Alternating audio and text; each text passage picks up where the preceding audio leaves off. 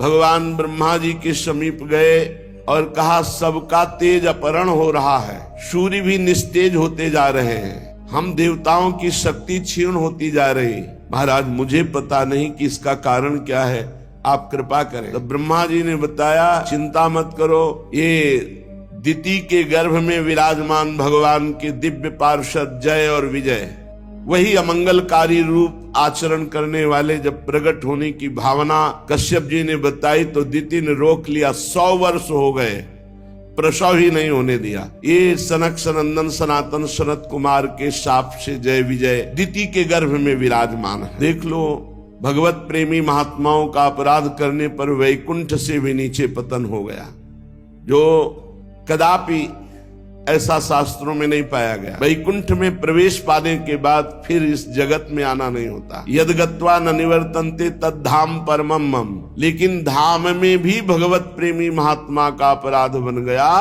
तो जय विजय को 3 जन्म के लिए दैत्य भाव असुर भाव से इस भूतल पर आना पड़ा। जब ब्रह्मा जी ने समस्त देवताओं को समझाया कि आप शांत हो जाइए, भगवान श्री हरि सबका मंगल करेंगे, ये और कोई अनिष्ट नहीं है, ये दिति ने अपने गर्भ को अपने तपोबल से 100 वर्ष तक रोक रखा है, तो उन गर्भस्थ तेजों में भगवत पार्षदों के प्रभाव से सबका तेज क्षीण हो रहा है। आप शांत होकर के जाइए, कोई चिंता का विषय नहीं। ब्रह्मा जी के कहने से अंधकार का कारण जानकर देवताओं की शंका निवृत्ति हुई और वो पुनः अपने अपने स्थान को लौट। इधर दिति को अपने पतिदेव के कथनानुसार पुत्रों की ओर से भारी अमंगल की आशंका थी। ये सृष्टि का मंगल कर देंगे, ये भगवान के विमुख हैं, ये भगवान से वैर करेंगे, ऐसी आशंका से 100 वर्ष हो गए। गर्भ को गंभीरता पूर्वक धारण की, इनको हम आने ही नहीं देंगे बाहर। फिर जब कश्यप जी ने आदेश किया, ऐसा उचित नहीं है, सब लोगों का वैसे ही अमंगल हो रहा है, पति की आज्ञा का पालन करते हुए उन्होंने जो तपोबल से रोके हुए थी प्रसव किया। यमज पुत्र उत्पन्न हुए, जुड़वे। जेव ही उनका जन्म हुआ, जन्म होते ही स्वर्ग पृथ्वी अंतरिक्ष में भारी उत्पात पैदा होने लगे। पृथ्वी कंपायमान हो गई, दिशाओं में आग लग गई, बिजलियां तड़प कर गिरने लगी, आकाश में अनिष्ट सूचक धूमकेतु पुच्छल तारे प्रकट हो गए, बार बार भारी तूफान उठने लगा जो वृक्षों को उखाड़कर धूल भरी आंधी, बिजली जोर जोर से चमक रही है, घटाएं सघन रूप धारण करके गर्जना कर रही, सूर्य चंद्र आदि का तेज लुप्त हो गया, कहीं कुछ दिखाई नहीं दे रहा। घोर अंधकार जन्म लेते ही जो दिति के गर्भ में विराजमान है, महान तेजस्वी यशस्वी भगवान श्री हरि के पार्षद ही है। बड़ी खलबली मच गई, चंद्रमा के आसपास मंडल बैठने लगे, गीदड़ उल्लुओं की भयानक आवाज, कुत्ते गर्दन उठाकर भूंक रहे हैं, झुंड के झुंड गधे अपने कठोर खुरों से पृथ्वी को खोद रहे, रेक रहे, बड़ा अशुभ। गौएं डर गई, गौओं के दुग्ध की जगह रक्त निकलने लगा, देव मूर्तियां कंपायमान पसीना और आंसू निकलने लगे। शनि राहु आदि क्रूर ग्रह प्रबल होकर बृहस्पति आदि सौम्य ग्रहों को लांघकर वक्र गति से चलने लगे। ऐसा भयंकर उत्पात देखकर केवल सनकादि भयभीत नहीं हुए, क्योंकि उन्हें पता है उन्होंने ही तो शाप दिया है। बकास सबको ऐसा लगने लगा मानो प्रलय का समय आ गया क्या। सनकादि के सिवा एक बार सबको शंका हुई, क्या सृष्टि के प्रलय का समय आ गया क्या, ऐसा अनिष्ट सूचक उत्पात। अब ये दोनों प्रकट होते ही इनका शरीर इतना बढ़ा कि पूरे आकाश को छू लिया, प्रकट होते ही, क्योंकि 100 वर्ष तो गर्भ में ही रहे।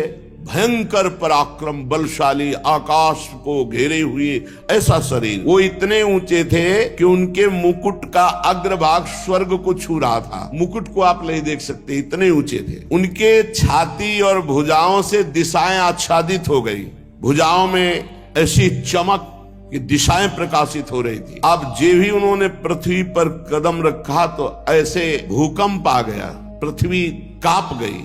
कश्यप जी ने मंगलाचरण किया, बड़े भारी तपस्वी कश्यप जी हैं। नामकरण संस्कार किया। उनमें से जो दिति के गर्भ में पहले स्थापित हुआ उसका नाम हिरण्यकश्यप, और जो दिति के गर्भ से पहले निकला उसका नाम हिरणाक्ष। स्थापित हुए हिरण्यकश्यप पहले और प्रकट हुए हिरणाक्ष, इसलिए बड़े भाई हिरणाक्ष माने गए। हिरण्यकश्यप तो ऐसा मत वाला बलवान कि अपनी भुजाओं के बल से मारता पर्वतों को तो चकनाचूर हो जाते। लोकपाल थर्रा गए हिरण्यकश्यप का बल देखकर। और हिरणाक्ष तो हाथ में गदा लेकर के हर लोक में जाके गर्जना करता, कोई सामने नहीं आता। हिरणाक्ष पैरों की धमक असह थी। वो पैरों में बड़े बड़े नूपुर पहने, विजय सूचक माला धारण किए, विशाल गदा लिए, जिधर जाता कोई उससे लड़ने वाला ही नहीं। हिरणाक्ष देवता तो ऐसे डर कर भागते जैसे छोटे बच्चे भेड़िए को देखकर डर, जैसे गरुड़ के डर से सांप, ऐसे देवता भयभीत होकर भागते। हिरणाक्ष ने देखा कि उसके सामने कोई लड़ने वाला ही नहीं, तो हर लोक में जाकर के गर्जना करता। फिर वो गहरे समुद्र में घुस गया और अपनी गदा का प्रहार लहरों पर करता। सब जलचर जीव घबरा गए। अनेक वर्षों तक समुद्र में घूमता रहा, कोई लड़ने वाला ही नहीं मिला। हिरण्याक्ष बस वायु वेग से तरंग जो उठती उसी पर गदा का प्रहार करता। जल में घूमते घूमते लोकपाल वरुण जी की विभवापुरी जो राजधानी है वरुण लोक की, उसमें प्रवेश। जल के स्वामी वरुण जी ने देखा है बड़ा मतवाला वीर आ रहा है, लड़ना संभव है। हिरणाक्ष हंसी उड़ाते हुए कहा, महाराज प्रणाम। एक हाथ से संत, भगवंत, श्री विग्रह, इनको निषेध किया गया प्रणाम करना। ऐसे एक हाथ से नहीं, हमारे यहाँ दोनों हाथ जोड़कर प्रणाम, ये उपहास कहा जाता है। संत या भगवान का श्री विग्रह या जो अपने बड़े गुरुजन हैं उनको ऐसे नहीं किया जाता, उनको हाथ जोड़कर प्रणाम किया। उसने एक हाथ से ऐसे उपहास करते हुए प्रणाम मुद्रा में कहा, महाराज मैं एक भिक्षा मांगता हूं, क्या युद्ध की भिक्षा मिलेगी आपसे? आप बड़े लोकपाल हो, बड़े वीर हो, कीर्तिशाली हो, तो आप अपनी मर्यादा रखने के लिए मुझे एक भिक्षा दोगे? आओ हमसे युद्ध करो। मदोन्मत हिरणाक्ष को देखकर वरुण जी को क्रोध तो बहुत आया, और उन्होंने विचार किया जीता नहीं जा सकता क्योंकि ये भगवान का पार्षद है, इसे तो केवल भगवान ही जीत सकते हैं, दूसरा नहीं। तो उन्होंने कहा, चिंता मत करो, तुम्हारे जैसे रणकुशल वीरों को युद्ध में संतुष्ट करके सारी मनोकामना पूर्ण करने वाले एक महावीर हैं। तुम्हारे जैसे वीर वहां घुटने टेक देते हैं। तुम बड़े वीर हो, पर तुम्हें ज्यादा देर नहीं लगेगी वीर सैया में शयन करने की। तुम जैसे दुष्टों को नियंत्रण करने के लिए वो विविध रूप धारण करते हैं। वरुण जी की बात सुनकर के बड़ा प्रसन्न हुआ, बोला, बताओ तो जरा ऐसा वीर त्रिभुवन में कौन है जो मेरी भुजाओं को युद्ध में तृप्त कर सके? उनका तृप्त नहीं तो उनके हाथ मारा जाएगा। तो उसने कहा, तुम बताओ तो, फिर थोड़ी देर में सूचना तुम्हें मिलेगी कौन मारा गया। इतने में देवर्षि नारद जी आ गए। नारद जी ने कहा, वीर का तो पता मैं जानता हूँ। नारद जी एक ऐसे महात्मा है, चाहे जहाँ चले जाए, चाहे जिससे मिले सब सम्मान करते हैं। कंस से भी मिलते, कृष्ण से भी मिलते, सबसे कहीं भी चले जाए। नारद जी एक ऐसे विश्व पूज्य महात्मा है जहाँ असुरों के यहाँ भी इनकी पूजा होती है, कोई इनसे द्वेष नहीं करता। सब जानते हैं कि हित की बात बताएंगे। नारद जी ने बड़े हित की बात बताई। विश्व विजयी हिरणाक्ष, तुम्हारी भुजाओं को तृप्त करने के लिए रसातल में एक वीर है जो वाराह रूप में विराजमान है और पृथ्वी लेने गया है। तुम जाओ, पूर्ण तृप्त हो जाओगे। ऐसे वीर हैं जो युद्ध में तुम्हें पूर्ण तृप्त कर। वो खिलखिला के हंसा और कहा, जंगली पशु सुअर से मेरा युद्ध? अरे क्या बात करते हो नारद जी। नारद जी ने कहा, ना समझ, अभी तुम नहीं जानते हो। एक बार जाओ तो रसातल तो पहुंचो। जल को चीरता हुआ वो महावीर हिरण्याक्ष जब गया तो देखा श्याम वर्ण विशाल शरीर, कोई साधारण सूकर थोड़ी थे, वो तो भगवान ने वाराह रूप धारण किया था। जाकर के दहाड़ा हिरण्याक्ष और गए, ना समझ, छोड़ पृथ्वी को और मुझसे युद्ध कर। सुराधम, मैं तुझे ही खोज रहा था। मैं देखकर तुझे समझ गया कि तू सूकर नहीं है, तू हरि है, भगवान का पार्षद है। ये माया से लुका छिपी तू दूसरों के सामने कर। ठीक बात कह रहे। ये लुका छुपी हम अज्ञानियों के सामने कर सो, वो ज्ञान शिरोमणि है। मेरे नेत्रों के सामने तेरा माया का जादू नहीं चलेगा। तेरी माया दूसरों के सामने चलेगी, मेरे सामने नहीं चलेगी। मैं तेरा नाश करने के लिए समर्थ हूं। हिरणाक्ष, मूढ़, तेरा जो बल है वो योग माया ही है ना, तुझमें कोई पुरुषार्थ नहीं। केवल योग माया से तू बली है। आज मैं तुम्हारी योग माया को चकनाचूर करूंगा। जब मेरे हाथ से छूटी हुई गदा तुम्हारे सर पर पड़ेगी तो तुम्हारी योग माया नहीं बचा पाएगी। तब जितने तेरी आराधना करने वाले भक्त देवता ऋषिगण है ना, तब समझ पाएंगे कि तेरे से भी बलवान हिरण्याक्ष है। हिरण्याक्ष भगवान को ऐसे दुर्वचन बोल रहा था। भगवान अपने दांत पर पूरी संपूर्ण पृथ्वी भयभीत हो गई। भगवान ने कहा तुम चिंता मत करो, बिल्कुल चिंता मत करो, तुम हिलोगे भी नहीं, तुम्हें थोड़ी भी कोई परेशानी नहीं होगी। भगवान वो बोलता गया, पीछे ललकारता गया। भगवान आए और पृथ्वी को स्थापित किया। तीखी दाढ़ वाला वो हिरण्याक्ष भगवान से कहता जाता है, बड़े वीर हो, तुम्हें भागने में लज्जा नहीं आती, लेकिन तुम कुछ भी कर सकते हो, तुम्हें संकोच शर्म तो है नहीं। अरे मैं ललकार रहा हूं, मुझसे युद्ध करो। भगवान ने जब आधार शक्ति का प्रयोग करके पृथ्वी को स्थापित, ब्रह्मा जी फूलों की वर्षा कर रहे हैं, प्रभु कार्य संपन्न हुआ। मनुष्य रूपा की संतान इसी में पलेगी। आप पृथ्वी लाकर बड़ा जगत का उपकार किया, मंगल किया। फूल बरसते देखकर हिरण्याक्ष ने कहा बहुत अच्छा लग रहा होगा, पारा भगवान से, अब मेरी गदा की भी वर्षा सहो।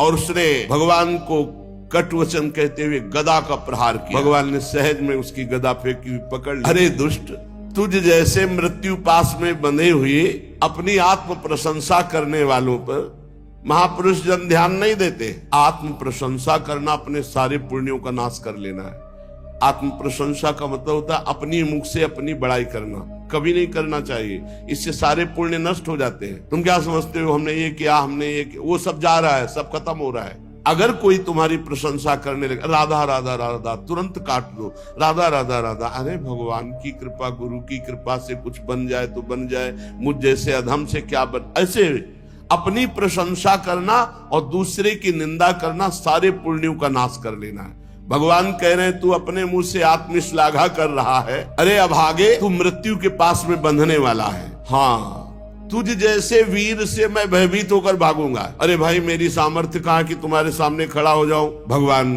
वाराह देव निशंक होकर ऐसा उत्तर। अब जब दैत्य ने देखा कि भगवान उपहास कर रहे तो क्रोध से तिलमिला उठा और बड़े वेग से मुष्टिका का प्रहार किया, घूसे का प्रहार। भगवान की श्रीअंग का स्पर्श प्राप्त कर रहे। भगवान टेढ़े होकर के अपने को प्रवीणता पूर्वक बचा लिया। जैसे योग सिद्ध पुरुष पर मृत्यु आक्रमण करती है तो वो परमात्म चिंतन में स्थित होने के कारण उस पर मृत्यु का कोई प्रभाव नहीं पड़ता। जैसे बताया कि जब भक्त का शरीर छूटता है तो जैसे मतवाले गजराज हाथी से गले की माला टूट कर गिर जाए, उसको पता भी नहीं चलता। ऐसे जन्मत मरत दुषा दुख होई। वो योगी को जो जिसका चित्त परमात्मा में लगा हुआ है, भक्त को जिसकी चित्त वृत्ति भगवान में लगी हुई है, और ब्रह्मज्ञानी को जो आत्मबोध प्राप्त है, तीनों को मृत्यु का दुख नहीं होता। अब तो वो क्रोध से ओट चबाता हुआ हिरण्याक्ष गदा लेकर बार बार घुमाकर भगवान पर झपटा। प्रभु वो गदा प्रहार कर ही पाता कि अपनी गदा से उसकी दाईं भौं पर प्रहार किया, पर हिरण्याक्ष ने अपनी गदा में वो प्रहार रोक लिया। अब भगवान और हिरण्याक्ष का भयंकर युद्ध। देवता लोग तो फूले लिए खड़े हैं। भगवान इसको ज्यादा खिलाइए मत, ये बहुत बलवान है। ब्रह्मा जी भी कहने लगे देव ये दुष्ट दैत्य बड़ा प्रबल है, ये भक्त देवता ब्राह्मण गौ निरपराध जीव इनका नाश करने वाला है, और जो इनका नाश सोचता है आप उसका विनाश जरूर कर दो। इसलिए महाकंटक रूप है प्रभु, इससे खिलवाड़ मत करो। ये दुष्ट बड़ा मायावी घमंडी निरंकुश है। प्रभु आप ऐसे खिलवाड़ कर रहे हैं जैसे कोई गरुड़ सांप के बच्चे से खेले। प्रभु आप खिलवाड़ मत करो, हे देव ये महाबलवान है। ब्रह्मा जी के कपट रहित वचन सुनकर भगवान मुस्कुराते हुए कटाक्ष किया कि आप शांत रहिए। झपट करके निर्भय विचरण करने वाले हिरण्याक्ष की ठुड्डी पर कौमुदकी गदा से प्रहार किया। हिरण्याक्ष ने ऐसी गदा मारी कि गदा भगवान की दूर गिरी जाकर चक्कर काटती, पर हिरण्याक्ष रुक गया और कहा और अस्त्र उठाओ, हम युद्ध का धर्म जानने वाले हैं, नियत्थे पर वार नहीं करते। भगवान उसकी इस बात पर मुस्कुरा दी, कहा बहुत धर्म बुद्धि रखते हो। स्मरण किया अपने पार्षद सुदर्शन चक्र का। गर्जना करते हुए सुदर्शन जी भगवान के हाथ में विराजमान। सुदर्शन चक्र उपस्थित हुआ भगवान के हाथ में, चक्कर लगाने लगा, किंतु फिर भगवान ने विचार किया कि अपने प्रिय पार्षद को अभी और खिलाया जाए। इसलिए सुदर्शन जी को फिर कहा, अच्छा शांत हो जाओ, अंतर ध्यान। सुदर्शन, अरे हम ऐसे भगवान के दास, दिव्य भगवान के पार्षद, ये सब दिव्यास्त्र किनके लिए है? भक्तों की रक्षा, भगवान को अपनी रक्षा करनी है क्या? अरे हम सबकी रक्षा के लिए ही है तो है। हिरणाक्ष ने देखा कि कमल दल लोचन हरि ने सुदर्शन को बुलाया और फिर शांत कर दिया, तिलमिला उठा और दांतों से ऊँट चबाने लगा, मानो भगवान को अब भस्मी कर देगा, और उछल कर बोला, ले अब तो नहीं बच सकता। भगवान के ऊपर गदा का प्रहार किया। भगवान ने अपने हाथ से गदा को रोक ली, पुनः वापस फेंक दी। भगवान सर्वशक्ति संपन्न है। महादैत्य हिरणाक्ष का घमंड बढ़ता जा रहा है और भगवान पर विविध प्रहार कर रहा है। कभी त्रिशूल भगवान पर मारता है, कभी गदा, कभी मुष्टिका का प्रहार, घूंसे का प्रहार करता है। भगवान उसके इन प्रहारों को सह रहे, खिलवाड़ कर रहे। उसने आसुरी माया का जाल प्रकट किया मायापति भगवान पर। भगवान ने सुदर्शन जी को आज्ञा की माया का नाश कर। माया का नाश का हृदय कांप उठा। भगवान ने किसी अस्त्र शस्त्र से हिरणाक्ष को नहीं मारा, उल्टा हाथ ऐसे उपेक्षा करते हुए उल्टा हाथ एक जेवी तबाचा मारा, उल्टा चक्कर चक्कर खाता हुआ हिरणाक्ष खून उगलते हुए गिर पड़ा और निष्प्राण हो गया। ब्रह्मा जी, समस्त देवता श्री भगवान पर पुष्पों की वर्षा की। देवता लोग कहने लगे, प्रभु नमस्कार नमस्कार नमस्कार। ये नमस्कार तभी करते हैं जब इनका विरोधी मारा जाता है। बड़े आनंद की बात प्रभु, आपने हम लोगों को बड़ा सुख प्रदान किया हिरणाक्ष का उद्धार करके। वाला भगवान पृथ्वी को स्थापित करके, हिरणाक्ष का उद्धार करके सब देवताओं से विनती सुनते हुए स्वयंभू मनु बड़े प्रसन्न हुए, क्योंकि इसी से अन्न आदि, जिससे हमारा मनुष्यों का जीवन पोषण होता है।